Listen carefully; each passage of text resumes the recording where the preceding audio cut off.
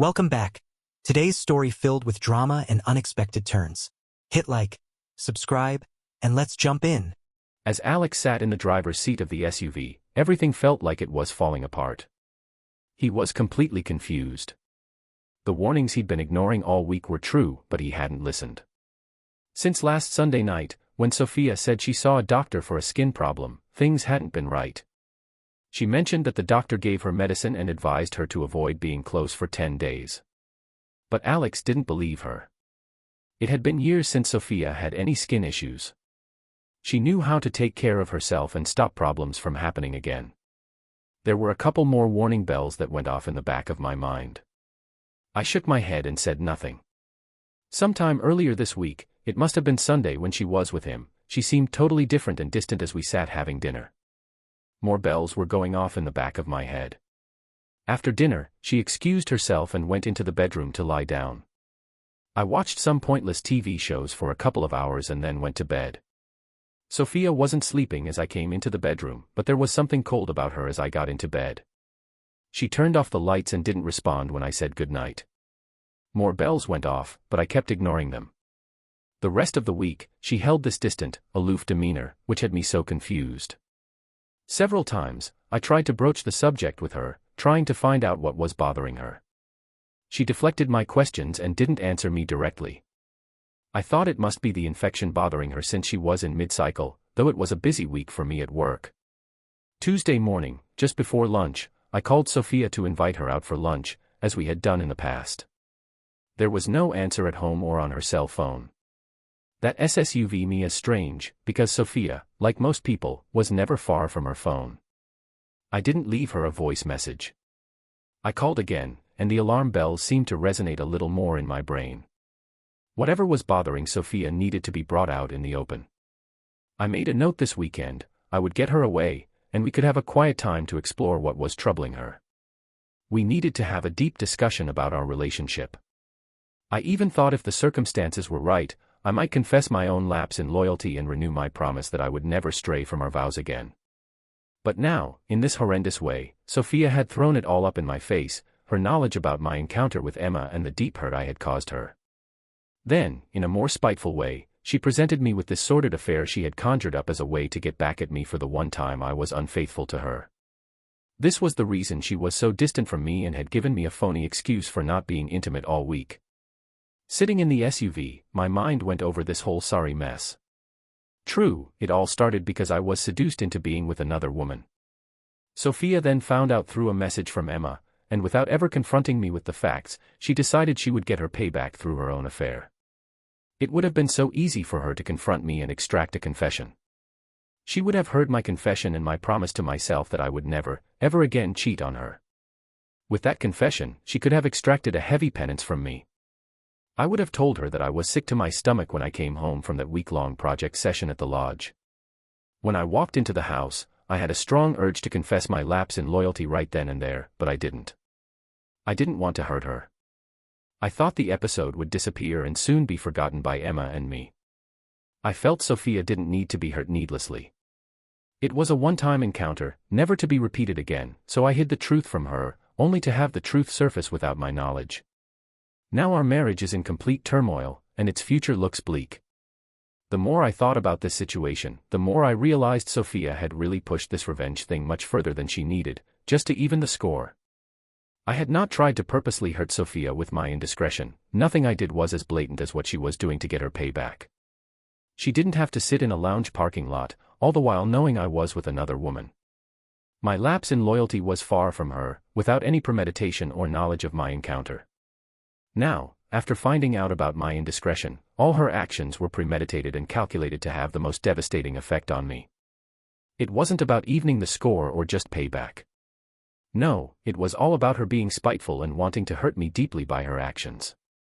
Then again, maybe she had found a way to end our marriage and be with another man. She had said how different and amazing intimacy with another man really was for her. It was easy for her to blame it all on me, it was all my fault. She even came right out and said it was my fault that she opened herself to another man. But my mind rebelled against that accusation. Yes, I was with another woman, but not like she was doing to me with her hateful revenge. My mind was still trying to find full justification for her continuing affair after she had evened the score in her mind. Why didn't she just drop it there? Why did she have to bring me here and rub my nose in her desire for someone else?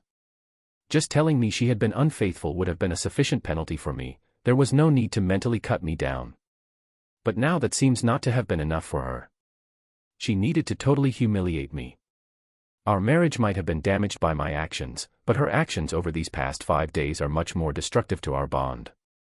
As much as I tried, my mind would not let go of the fact that Sophia was taking her revenge to the extreme. This was more than she needed to do to punish me. Even after her first day with him, we would have had a good chance to put the broken pieces back together in our marriage. But now. I took a pen and paper out of the glove box and wrote a quick note on the slip of paper. Don't come home. We're through. Your ex-husband. The slip of paper seemed to scream out at me, think this over before you act. Could I do this? Could I end it like this? Could I walk away from the one woman I truly loved? But a small voice in my head asked, did she really love me as deeply as I loved her? If so, how could she be so hateful in her actions? Why was she threatening all night about us maybe going our separate ways? Had she made up her mind already? Was she going to come back later and tell me our marriage was over just to further humiliate me? The decision was made. I would preempt her decisions by ending our marriage here and now. The thought of her cutting me down again by telling me that she wanted her lover and not me sealed my decision. I got out of the SUV and walked back to the restaurant. I handed the note and a $80 bill to the lounge tender. Give this note to Sophia whenever she returns, okay? The lounge tender looked at me with a curious eye. I'm sure he figured out what the note said without even reading it as he took the note and money from my hand. I'll give it to her as soon as she comes back, he nodded, slipping the note into his shirt pocket. I turned and walked out the door. A sudden wave of despair crashed over me like a tidal wave. My knees shook, and my mouth went instantly dry. Tears welled up in my eyes as I stumbled toward the SUV. Before I drove away, I took one more deep breath. If I left the parking lot, my marriage would be over. If I stayed, my life might be 100 times more miserable than it was at this moment. The restaurant quickly faded in the rearview mirror. Tears were now streaming down my face. The ride home was a drive through a living hell for me. There was an urge to turn around and face whatever Sophia had in store for me. My ego quickly stepped in and squelched that wimpy, nagging voice, what's done is done, and it won't be undone by me. My mind was a total mess as I pulled into our driveway. There was a part of me that wanted to hang on to the past, to hang on to my wife and the life we had before. The other part of me, now the dominant part, began to push my thoughts to what I needed to do next. What happens after this split? What do I have to do to protect myself? What about the actual divorce? What about the living arrangements? Now, my natural organizing self began to take charge. Protect yourself physically first and foremost. Next, protect yourself legally. Take possession of the house and the bank assets. Get a legal restraining order. My mind was now working at deadline speed. Change the locks on the house. That item all of a sudden became the first priority. I went to the phone book and found a 24-hour locksmith. I dialed his number, and after a couple of rings, a man's voice answered. I told him I had an emergency that required all the locks in the house to be changed immediately. It couldn't wait until tomorrow or later. He told me there would be a $300 surcharge for coming out at night and on short notice. I agreed to pay the charge and gave him my address. He said he would be out within the hour. Next, my mind told me that I had to do something to keep Sophia from getting inside the house. Since she only had the clothes she was wearing, I went to the closet and took out the 2 largest suitcases we owned. I began to fill them with her dresses, jeans, tops, underwear, several pairs of shoes, and her bathroom toiletries. I crammed everything of hers I could into the suitcases. Both bags were extremely heavy, but I managed to get them loaded into the SUV. It was the vehicle that Sophia always drove, and we both considered it her car. After parking the SUV at the front curb, I left the keys on the front seat and removed the garage door opener. Just as I returned inside the house, the locksmith arrived. He quickly assessed the scope of the job. It'll take about an hour to get all 5 locks changed, he said. That's fine. Tell me if you need anything from me. I replied as I sat down in front of the computer. He returned to his SUV for the tools he needed. I went to my email archives to check on the messages Sophia had told me she found from Emma. The messages were all there, including the one Sophia sent under my name, telling Emma essentially to leave me alone. There was no reply from Emma. The affair was over. As I sat there with the messages on the screen, my mind mulled over why Sophia hadn't confronted me directly about Emma. Why had she chosen to exact her revenge in this most destructive way?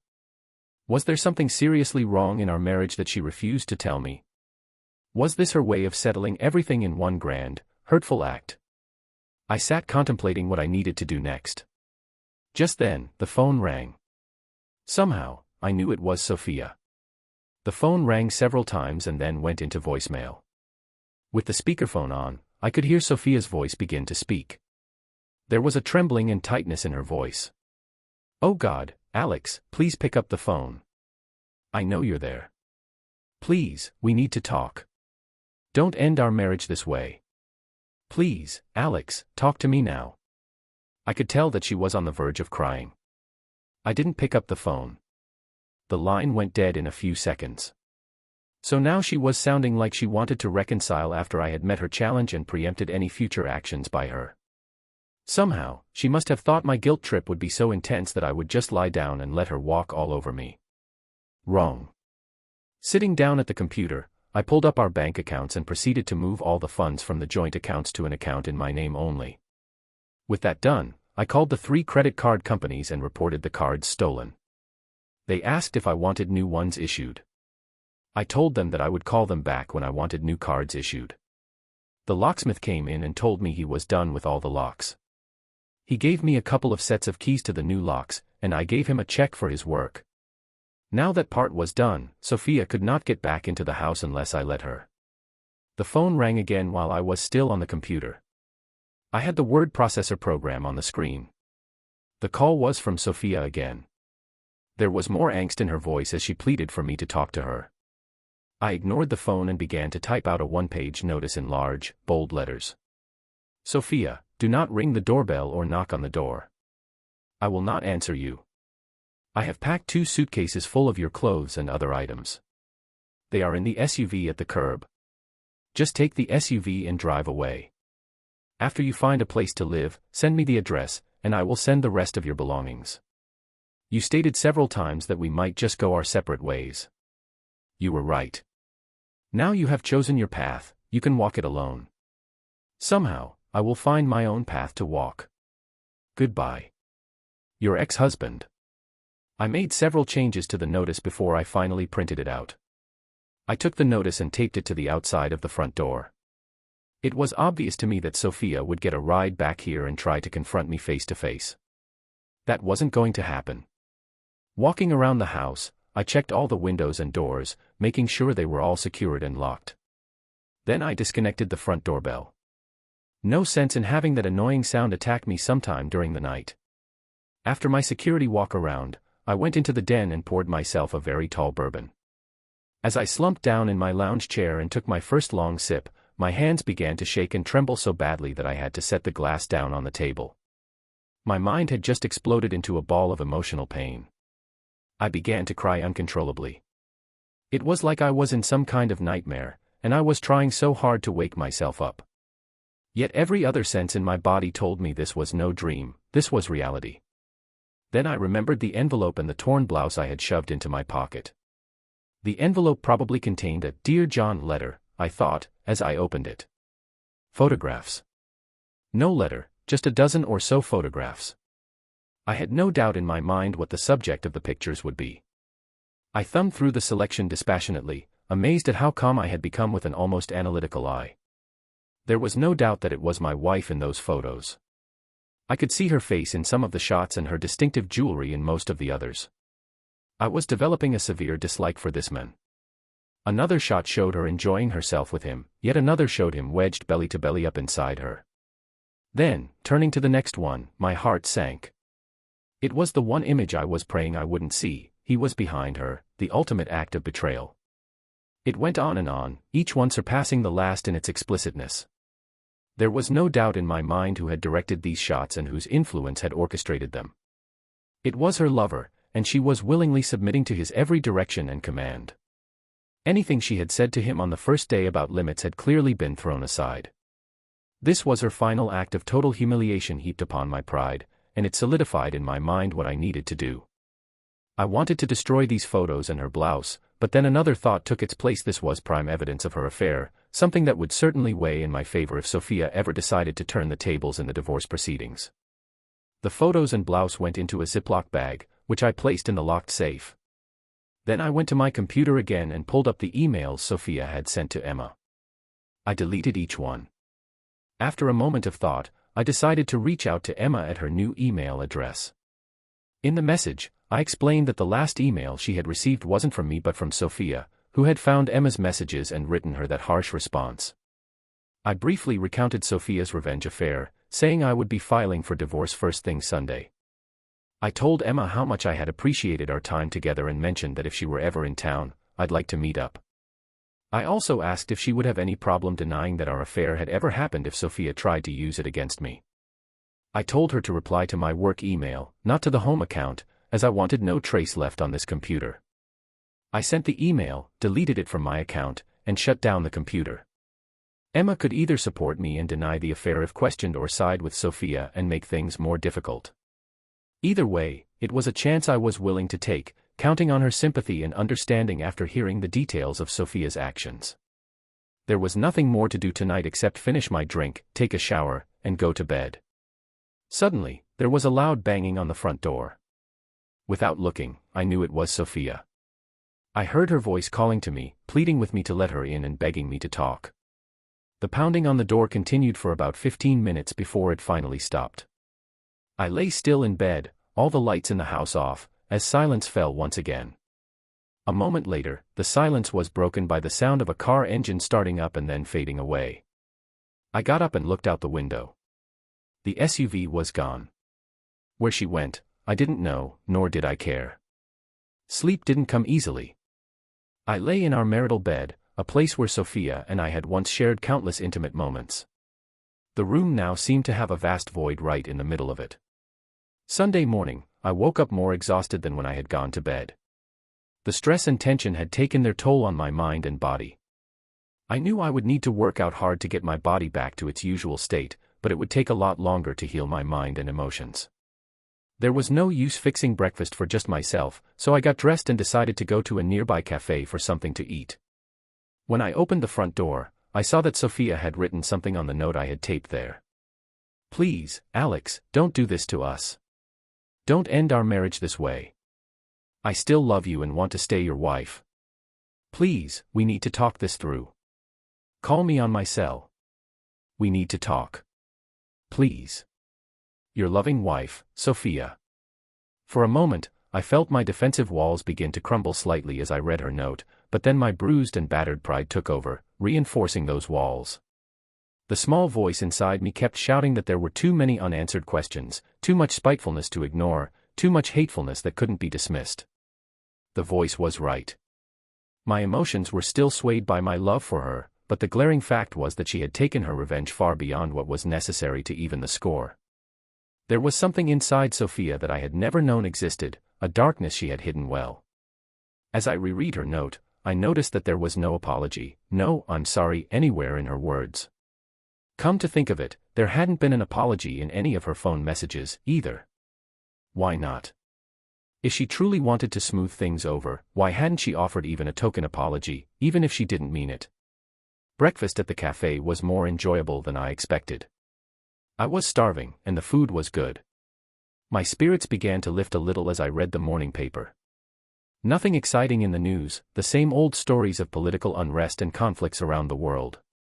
A thought suddenly SSUV me: if only Sophia had wanted to make peace with me, to try brokering a truce between us rather than lashing out in retaliation.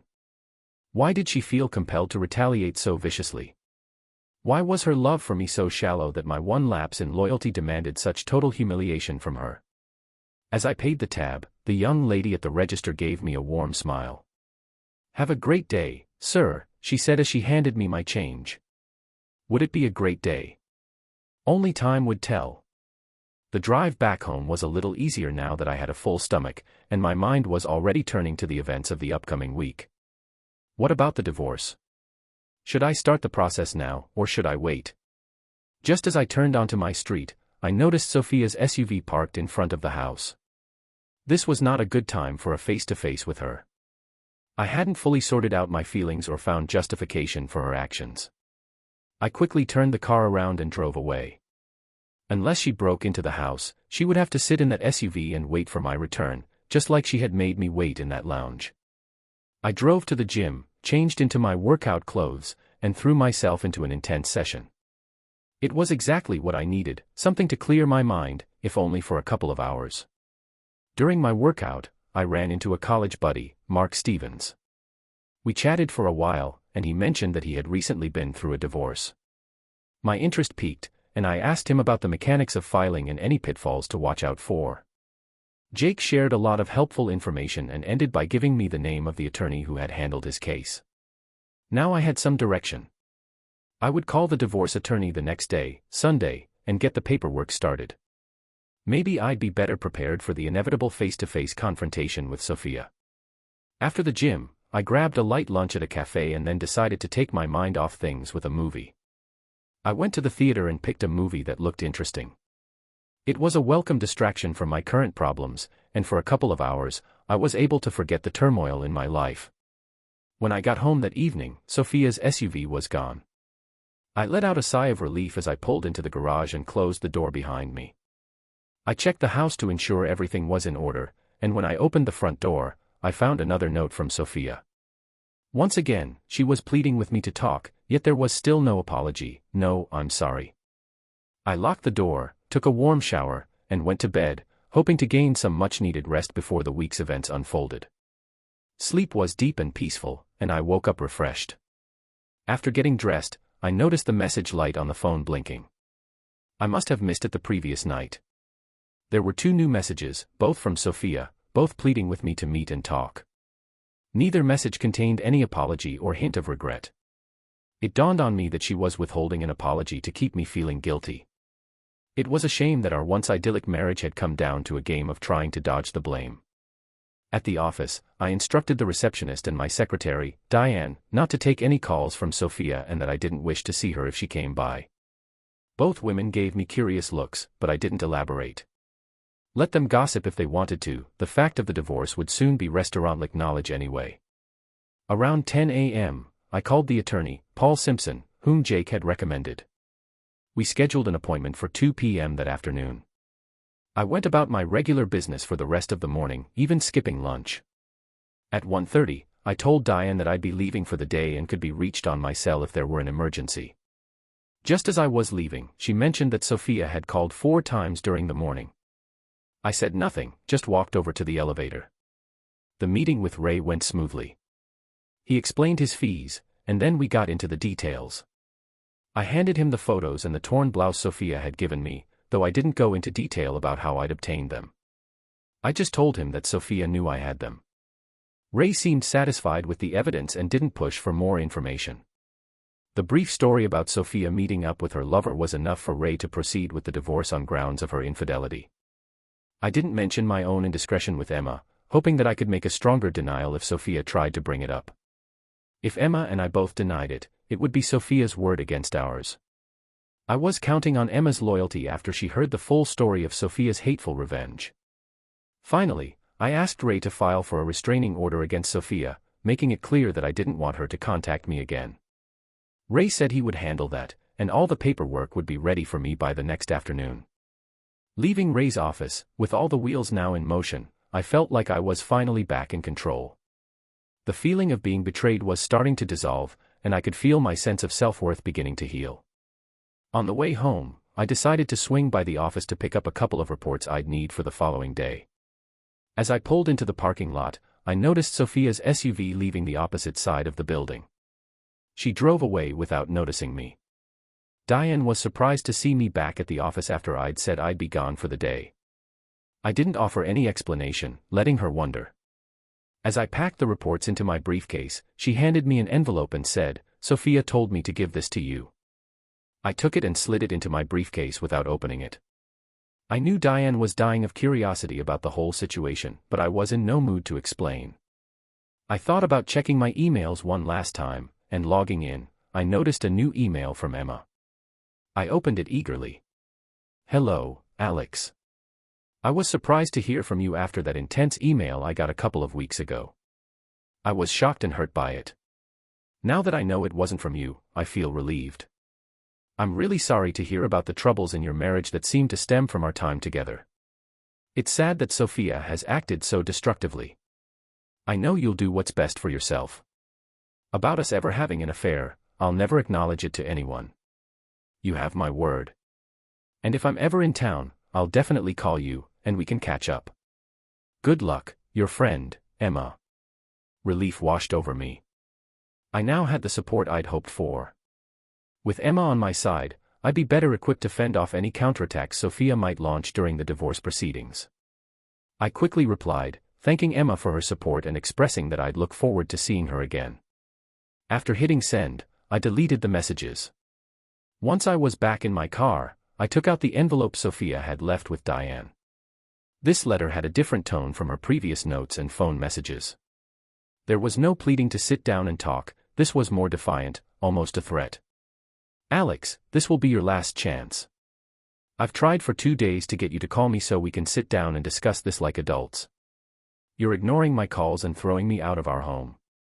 Either call me on my cell and arrange a meeting for us to talk, or you'll be served with divorce papers this week. There will be no other chances if you don't call me today. Your wife, Sophia." Instead of feeling upset or threatened, a smile crept across my face. Her initial pleas to talk had shifted to a threat of divorce. But the irony was that I had already initiated the divorce proceedings myself. I had clearly made my intentions known with the note I'd left in the lounge. She should have realized by now that I was serious about ending things.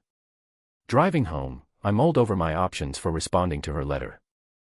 I could ignore it entirely, as my divorce papers were already underway. Sophia was locked out of the house, and for now, I held the upper hand. Alternatively, I could agree to a final meeting in a restaurant-like place, where I could hand her the divorce papers directly. This way, I could control the situation and deliver my message face to face. There was no sign of Sophia's SUV in front of the house when I arrived home, which brought another sigh of relief. Inside, I found that everything was in order, it didn't look like anyone had tried to break in. The message light was blinking on the phone. One message, from Sophia again. "Alex, I left a note for you at the office today. I hope by now you've read it. If I don't receive a call from you tonight, I'll have no choice but to speak to a divorce attorney. Please call me." Again, her message was short, and her tone seemed to lack conviction. I felt her threat of consulting a divorce lawyer was empty, given that I was already ahead of her in that process. I decided that I would call her and set up one last meeting, but only after I'd had some time to think it through and let her stew a bit longer. At around 8, I picked up the phone and dialed her cell number. It rang twice before her familiar voice answered, "Hello." "Hello, Sophia. It's me." There was a pause before she spoke. "I wasn't sure you would call this evening. Maybe my note finally got through to you." Her voice was laced with sarcasm. For a quick moment, I wanted to snap back and end the call, but I reminded myself to stay calm and in control. "Maybe, Sophia. You've been wanting to sit down and talk about this, but do you think there's really anything left for us to say to each other?" "Maybe not, Alex. But I want to hear it from you in person, if it's really over. I don't want notes or silence. If we're ending this, I need to see you, to hear you say it face to face." "All right then. Where should we meet?" "Let's have dinner at the Crimson tomorrow evening." "How does 8 sound?" "That's fine with me, Sophia. I'll see you then." "Good. I'll see you tomorrow." There was a moment's hesitation before she added, "I still love you, Alex." And then the call ended. Her final words lingered in my mind as I thought about the approaching final scene of this sad, tragic drama. This meeting would bring closure. It was time to mentally rehearse what I wanted to say, what questions I needed answers to, and to prepare myself to finally hand over the divorce papers. Sitting in the den with some quiet jazz playing in the background, I sipped my bourbon slowly, going over and over the script in my mind. After a few hours, I felt ready and went to bed, surprisingly at peace. The night's rest was deep and undisturbed. The next morning, I went through my usual busy routine at the office, but made a quick call to Paul Simpson's office around 11 to confirm that the paperwork would be ready. His assistant told me everything would be ready for pickup at 4:30. I spent the day focusing on my work, and as the afternoon rolled around, I headed over to Ray's office. His assistant, a woman with a friendly demeanor, handed me the papers and told me Ray would like to explain the details in person. In Ray's office, he went through each part of the document, covering everything thoroughly, including the restraining order. He told me that once the papers were served, the finalization of the divorce would take a minimum of 3 months, assuming we both agreed on the terms. It was close to 6 by the time I left, just enough time to make it to the Crimson for my 8 meeting with Sophia. I entered the restaurant, and the hostess at the entrance greeted me with a warm smile. I returned a polite smile and asked, "Has a Sophia Grant arrived yet?" She led me to a table near the window, where I saw Sophia sitting, dressed to perfection, looking stunning. She had clearly gone out of her way to look her absolute best. I had to admit, she'd succeeded. "Hello, Sophia," I said as I sat down across from her. She looked up with a small smile. "Hello, Alex. Don't I get a kiss tonight?" she asked with a slight pout. I used her own words from that night at the restaurant. "That hasn't been decided yet." My comment seemed to catch her off guard. I could tell she had hoped her polished appearance would sway me, but I remained cool. She would need a different approach tonight. The waitress came by to ask if we'd like drinks. Sophia ordered a glass of white wine, and I ordered my usual bourbon on the rocks. As soon as the waitress walked away, Sophia jumped into the conversation, perhaps hoping to take control. It didn't matter to me. I wanted to hear her out before I delivered my carefully planned remarks. "Alex, I want you to know that this isn't how I wanted things to end. You know what started all of this," she began, her voice calm, almost rehearsed. "I only did what I did to balance things, to bring back some fairness to our relationship." I watched her intently, saying nothing. The waitress returned with our drinks, and we both took a sip. Sophia looked at me, steady and focused, and continued. "I don't like being the villain in this situation. I was hurt and frustrated by your betrayal. If it weren't for her, none of this would have happened. I hold you responsible for what happened to us." Her eyes were intense, her words sharp. She clearly wanted to keep me on a guilt trip and overlook her own actions. The waitress returned with our appetizers, and I told her not to disturb us for the next 20 minutes. I didn't want any interruptions during my response, as it needed to have full impact. I held Sophia's gaze as I took a final sip from my drink. "So, it's all my fault?" I asked, keeping my tone firm and direct. "There's nothing you've done that deserves any accountability." "Yes, Alex, it is all your fault. You hid your affair from me, probably so you could do it again. Maybe another week-long session with her." Sophia's words grew bitter, her tone stinging. "I only wanted to show you that two can play this game of infidelity. Now, how does it feel?" Her words hit like a whip, loaded with venom. She was angry, clearly wanting me to feel the pain I'd caused. I took a deep breath, signaling to her that it was my turn to speak. "First of all, Sophia, this whole situation makes me sick to my stomach. Yes, I did have an affair with Emma. I won't deny it. But I want you to know that I was drawn into it, not the instigator.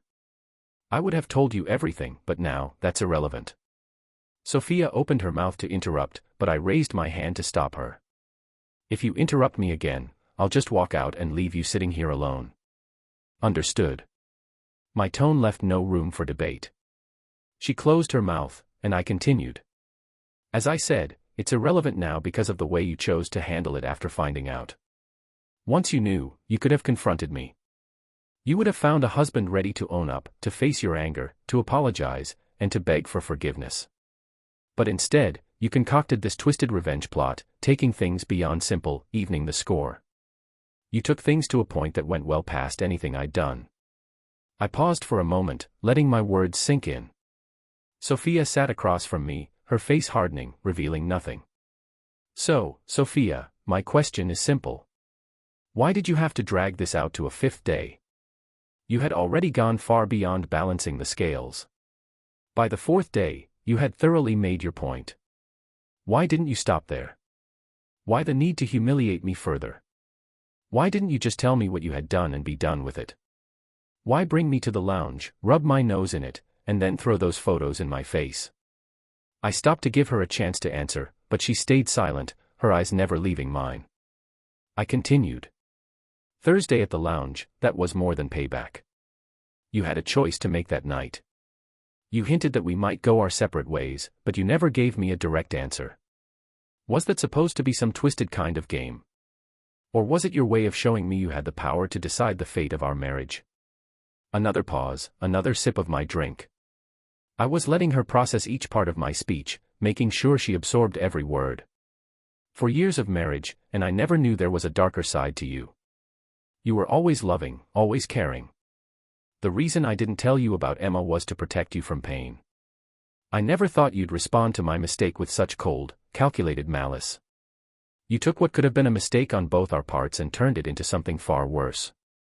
Her face remained a blank mask, but I could see in her eyes that my words were hitting home. I could have handled an eye for an eye. What I can't handle is the fact that you went beyond that, driven by something darker. I would have forgiven a single act of retaliation, but this endless, drawn-out campaign against me. That I can't forgive. I gave her the opportunity to respond, but she just looked at me, her face unreadable, her hands clasped tightly in front of her. Finally, she spoke. You're trying to make me the villain here, Alex, but you broke our vows first. I'm not going to let you blame me for our marriage falling apart. I took a deep breath. Sophia, I'm not asking you to accept full blame. I'm just asking you to tell me why you needed to take things so far. Why didn't you stop after you'd made your point? Her eyes narrowed, and she looked down, almost as if gathering her thoughts. Honestly, by the third day, I did think about ending it. But then I called my mother and told her everything. She told me that it wasn't enough to even the score, that you needed to be taught a real lesson. She told me I had to do more than just tell you. She said I needed to break you down. A chill ran down my spine as she mentioned her mother. Linda. It hit me like a brick. Linda had pushed Sophia to continue, to go beyond what was necessary. I had never liked Linda, she was always critical, always bitter. She'd even had a fallout with Sophia's father, which had led to their divorce years ago. And now, she was trying to control Sophia's actions, pushing her to destroy our marriage entirely. Sophia continued, her voice softer, almost hesitant. Mother said I should make you watch. She said men like you needed proof, that it was the only way to get it through your thick skulls. At first, I thought she was being harsh, but the more she talked, the more I started to believe her. She paused, her voice shaking a little. I didn't want to admit it, but I enjoyed the control. I enjoyed seeing you suffer, to feel the pain that you had made me feel. Her words hit me hard, but I stayed composed. So, in the end, this wasn't just about payback. It was about hurting me as deeply as possible, wasn't it? Sophia's gaze dropped, and for a moment, I thought I saw regret in her eyes. But just as quickly, it vanished. She lifted her head and looked at me with renewed defiance. Yes, maybe I did want to hurt you. But you deserved it, Alex. I shook my head slowly. I see. So, it was never about us. It was about you, and your mother's influence. Well, Sophia, you've succeeded. You've destroyed whatever bond we had left. I reached into my coat pocket and pulled out the divorce papers. Her eyes widened as I pushed them toward her. Here are the papers that will give you the freedom to do as you wish. And there's also a restraining order that prevents you from contacting me or coming near my home. This is over, Sophia. Take these, sign them, and we can both move on. She was speechless as I stood up, looking down at her one last time. Oh, and one last thing, I added, there's a stamped envelope in there for you to send me your new address. I'll have movers pack the rest of your things, and they'll be put in storage until you tell me where to send them. I dropped two $80 bills on the table, enough to cover our drinks and appetizers, and turned to leave. Just as I was about to walk away, she shouted, "You think you're so superior, Alex? I'll show you who's really walking away from who." People around us turned to stare, but I simply kept walking, letting her words bounce off me. Outside, I felt a huge weight lift from my shoulders. The drive home was surreal, a sense of relief settling in for the first time in weeks. I realized that I had finally taken control of my life back from the chaos of the past few days. As I drove, a thought occurred to me. They say if you want to know what your wife will be like in 25 years, look at her mother. That thought made me smile to myself, grateful that I'd found out sooner rather than later. Like mother, like daughter. The divorce went through with only one major incident. In court, the judge asked Emma if we had ever been involved. True to her word, she denied it completely. Sophia went ballistic, and the judge nearly held her in contempt. I haven't seen Sophia since we left the courthouse that day. That was 4 years ago. I'm still single, enjoying life and dating a variety of women. Every now and then, when things start to feel serious, I'll ask to meet her mother. A few dinners later, I usually know if moving forward is the right choice. So, thank you, Sophia, wherever you are, for that valuable lesson. Thanks for watching. Does revenge ever truly heal, or just hurt more? Share your thoughts in the comments, and don't forget to like and subscribe.